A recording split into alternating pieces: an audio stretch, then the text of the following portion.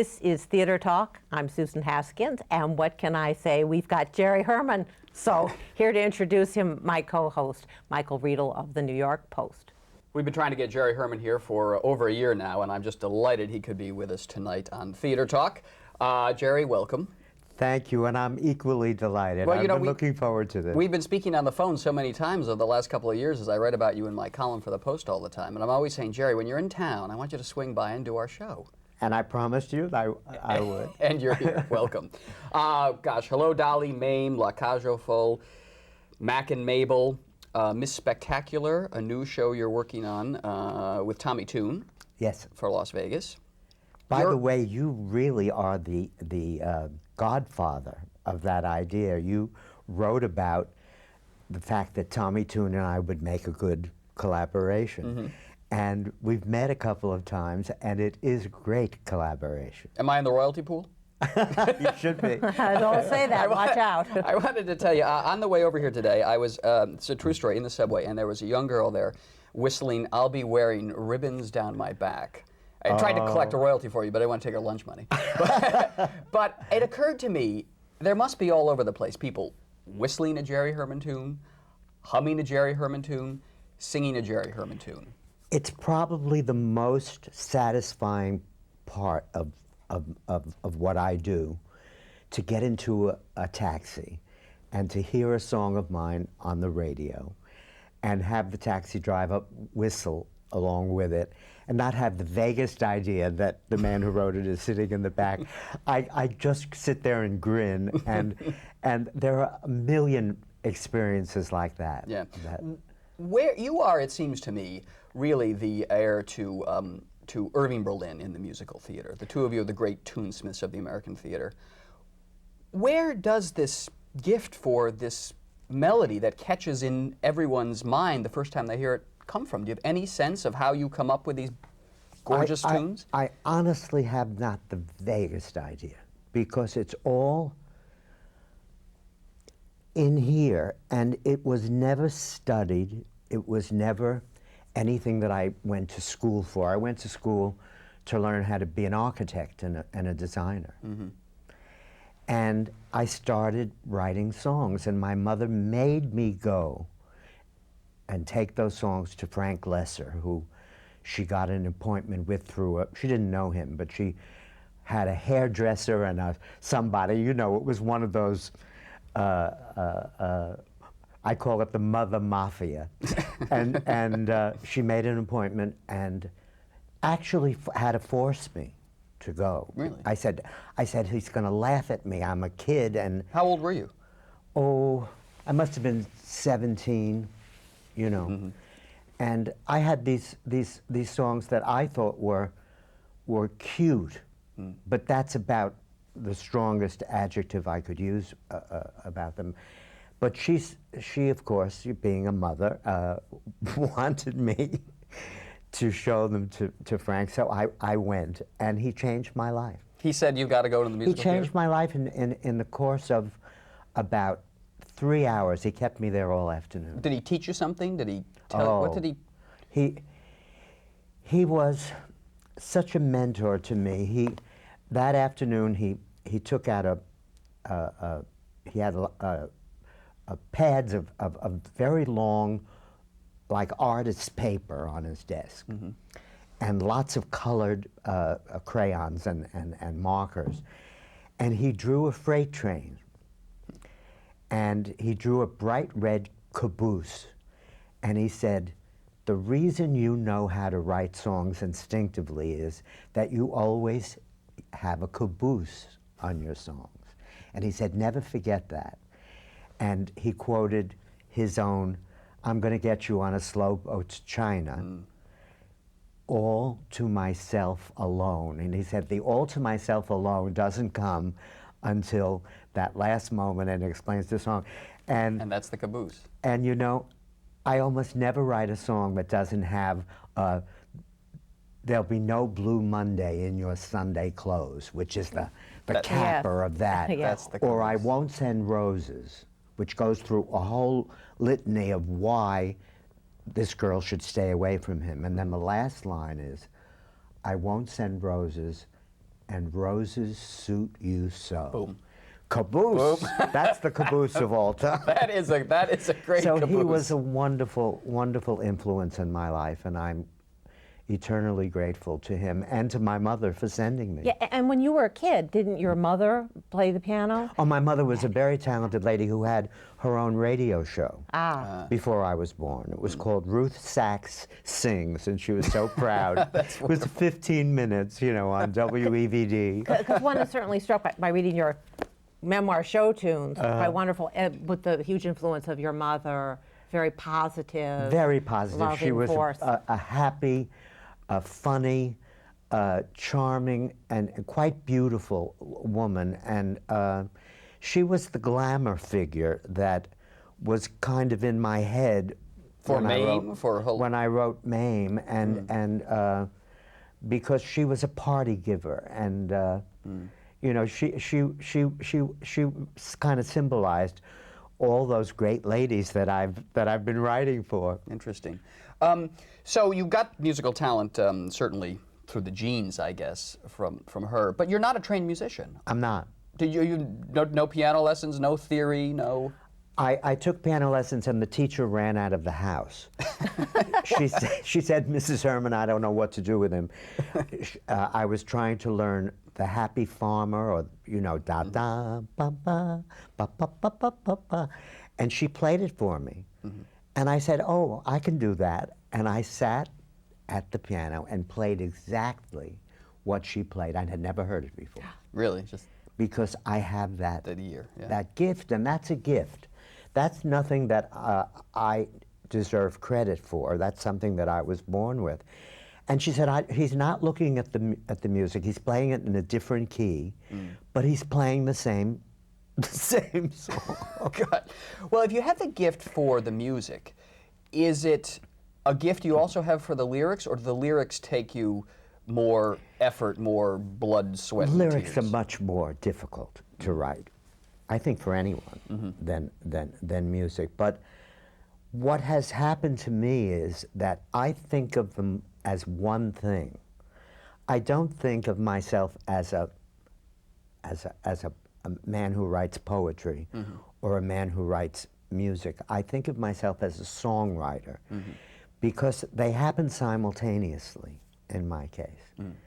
And that's why you never sought a lyricist partner when you were starting out. Oh, no. Just, when you would write a song, you would come up with the... In fact, the interesting truth is that I've received more Best Lyricist awards than I have Best Composer awards. Really? Yeah. Interesting.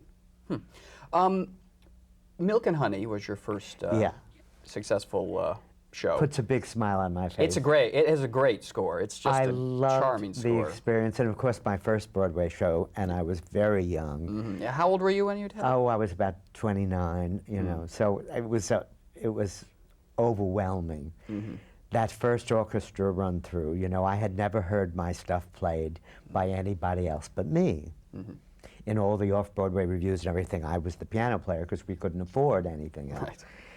And all of a sudden, I had these magnificent Hershey K arrangements, and I just sat there and wept through the whole thing. They must have thought I was a little batty because I had never heard my work played by a magnificent orchestra. Yeah. And everything about that experience was a first, you know.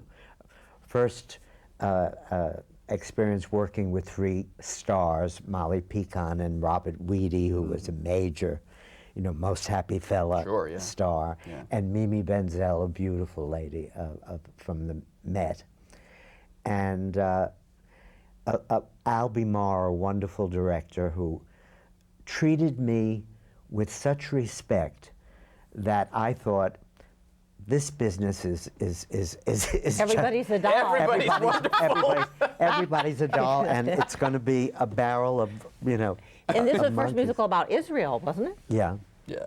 Yeah. And someone came to you and said, I want a musical. A man named Jerry Ostreicher came to me and said, I want to do a musical about Israel. And I said, I know everything about it. I knew nothing about it. But I I was so excited about the idea of being offered, you know, Sure, a a musical Broadway that I said I know everything about it, and he sent me to Israel. He put me on a plane with a book writer who I had never met, and this strange man is sitting next to me, and I said, "What are we going to do?" And he said, "Well, let's talk." And on the way, we devised this story idea about a group of widows who go to Israel and all the romantic entanglements that follow. And by the time we got off the plane, I knew that I had to write a song called Shalom. Oh, of course, right. I knew that that was going to be their introduction to each other. Yeah. And that song began in my head, because I had no piano in Israel, walking the streets of Israel. And it was a wonderful, wonderful experience to create something from absolutely nothing but this man's idea. Right.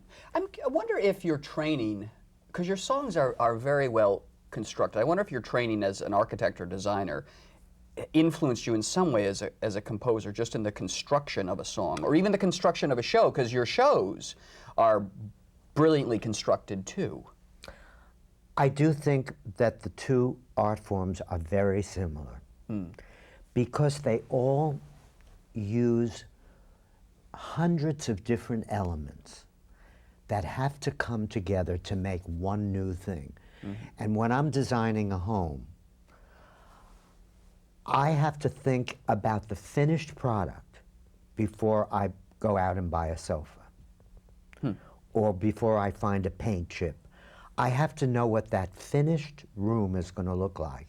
And it's exactly the same with the musical. Really? So you see what MAME looks like before you start writing Before the you song? hire Angela Lansbury, right? I knew, I knew what the Dolly number was going to look like.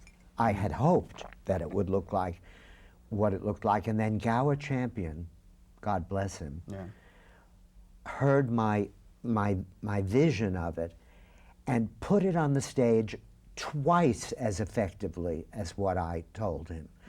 But I told him that I saw a film once early in my life called Lillian Russell with Alice Faye, Yes. and that she sang in a restaurant, and the waiters joined her. And I said, they all had these white aprons on, and I said, I see Dolly coming down a staircase in flaming red, and the waiters, and I described this whole scene to him, and his eyes got like saucers. And then, of course, a couple of months later, I saw that in front of my eyes in Detroit, and it was overwhelming, because when you have a vision like that, you don't always end up seeing that on the stage. Yeah. But I did with Gower. Now, Hello, Dolly came after Milk and Honey. Yeah. And it was it David Merrick who approached you, having seen Milk and Honey, and brought you into Yes, and that's into an Dolly? interesting story, because David Merrick kind of summoned me to his office. You know, you just are told to arrive at David Merrick's office. As a decorator, what did you think of his office? Wow. Everything in the office was fire engine red, but I mean everything.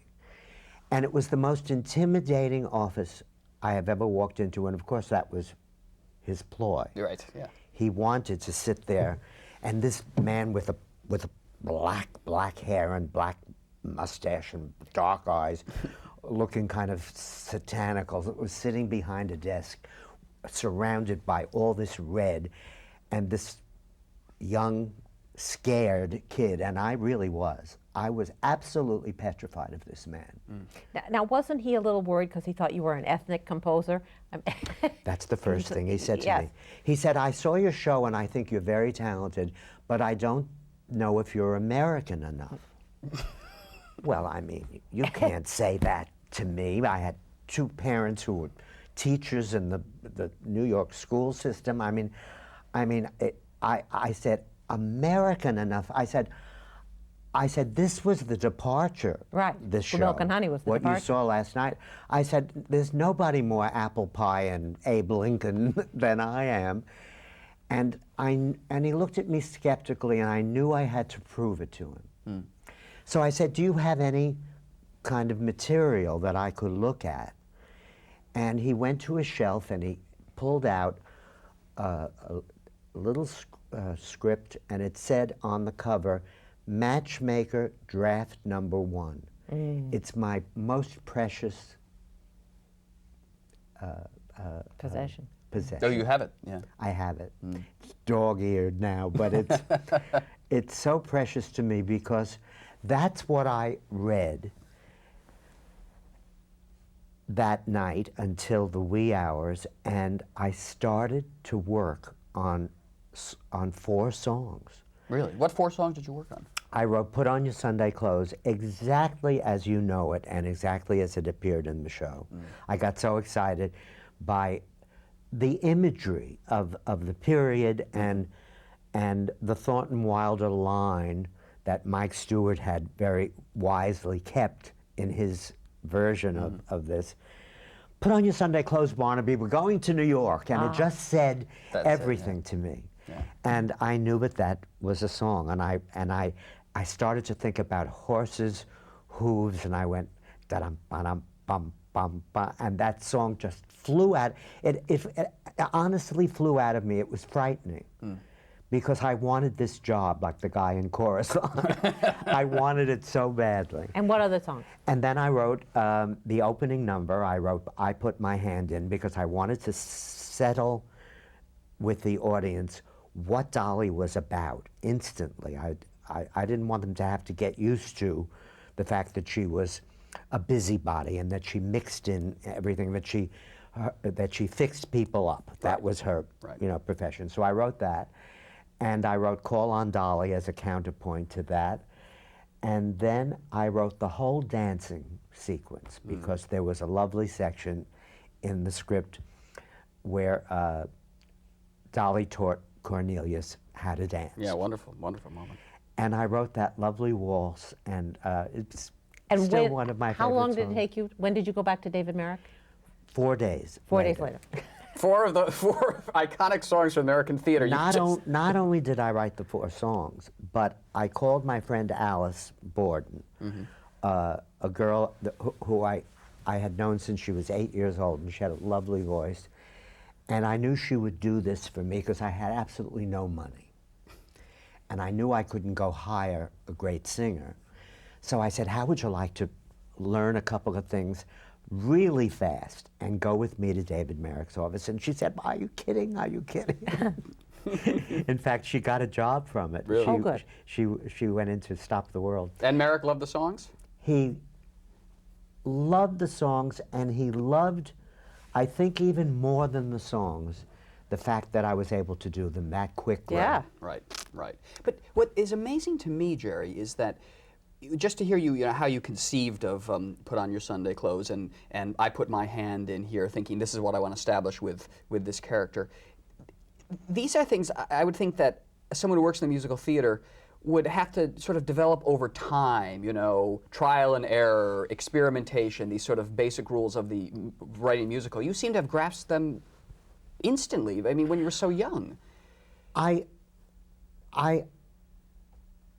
think that's part of the gift that I was given, to just know what to musicalize and what not to musicalize. That is as important as knowing how to do it. You can't, so often I'll go to a show and I'll hear a song that I know is not the highlight of that scene. And then the great moment comes in the scene, and there's no song there. And I want to say, boy, you goofed. You know. Yeah. You have to know what to turn into music. What is the emotional high point of the scene? Not to take away from your gift, but you were saying you were 29, about 29 at this point, and you had worked on shows for much of your life. I mean, when did you start at camps in the summer, making shows for people and creating? I'm glad you brought that up. My parents owned a children's camp. They left the teaching world at one point and bought this beautiful children's camp in upstate New York. And when I became old enough, I did the shows.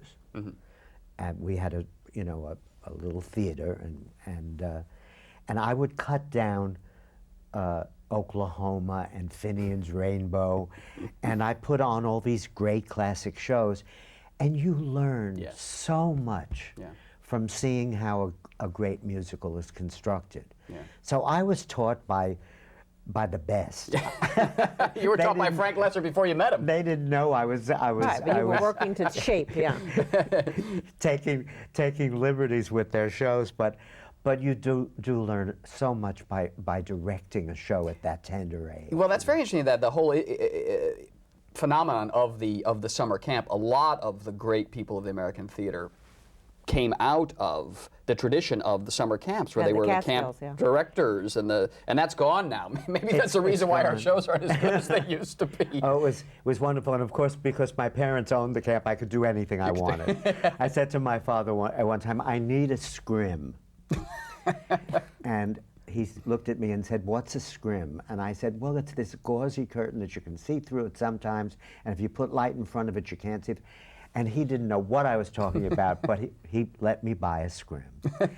And he was very good to me, and very helpful. And of course, my mother was in heaven, because that's what she wanted me to do. By the way, it must have been a thrill for your mother to be there with you on the opening night of Milk and Honey, your first, she was not. No. She was not. That's right. That's the great tragedy of my life, that Ruth Herman never saw a Broadway show of mine. Never. And to this moment, of course, I've gotten over the mourning period, because it's a long time ago. Right. But when I go to an opening night of mine and I realize that she never saw the fruit of all that she gave to me, all that love and expectation, it's very hard. Yeah. But we would say your father was there? My father saw everything. Your beloved aunt and your grandmother was there? Was at the beginning? My grandmother saw many of them. Yes. And my mother's sister, who was my darling aunt, saw everything. And but it's very hard. But she lives on in the shows in some ways. I mean, she is in those shows. Oh, she's in all those shows. Yeah. We're just going to end this segment. We're having such a good time. Will you stay for another episode of Theater Talk so we can... For another week, we'll camp out on the floor. We'll camp out on the floor. You won't leave. So we invited you to stay for next week. But you've got a show you're working on right now, Show Tune, up in Nyack. We'll talk more about it next week, but tell us a little bit now. I am so excited about Show Tune. It is a compilation of 40 of my songs, beautifully and seamlessly put together by a man named Paul Gilger. And it has Donna McKechnie and Marty Vidnovic and 6 very talented singers. And it's directed by a man named Joey McNeely. And very good. He's a very good director. He's very, very talented. And it's playing in Nyack at the Helen Hayes Theater for only 18 performances. So I want everybody to know that it's there. It's really a special evening. Well, we'll talk a little bit more about that, and also about Miss Spectacular. Oh, yeah. And your collaboration with Tommy Tune in Vegas. Yeah. Next week here on Theater Talk. So. Great. Now that you've told him he's the grandfather of it. I expect an opening night invitation in Vegas, Jerry. All right. Jerry Herman, thanks a lot, and we'll see you next week. Okay. Jerry, you said put on your Sunday clothes just flowed right out of you. Can you show us how that happened? I started with just thinking about the sound of horses' hooves in 1890, and put on your Sunday clothes when you feel down and out. Strut down the street and have your picture took. Dressed like a dream, your spirits seem to turn about. That Sunday shine is a certain sign that you feel as fine as you look.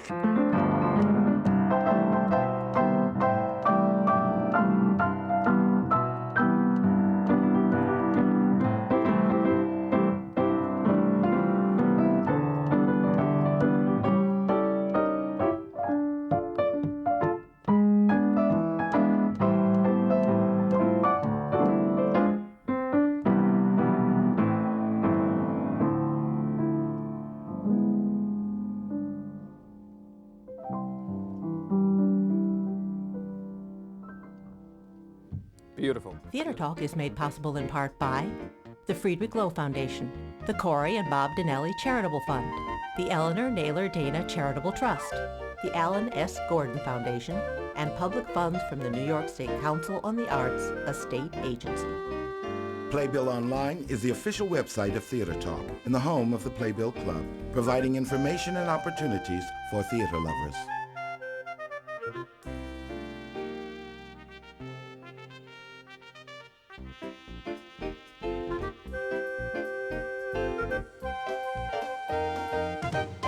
We welcome your questions or comments for Theater Talk.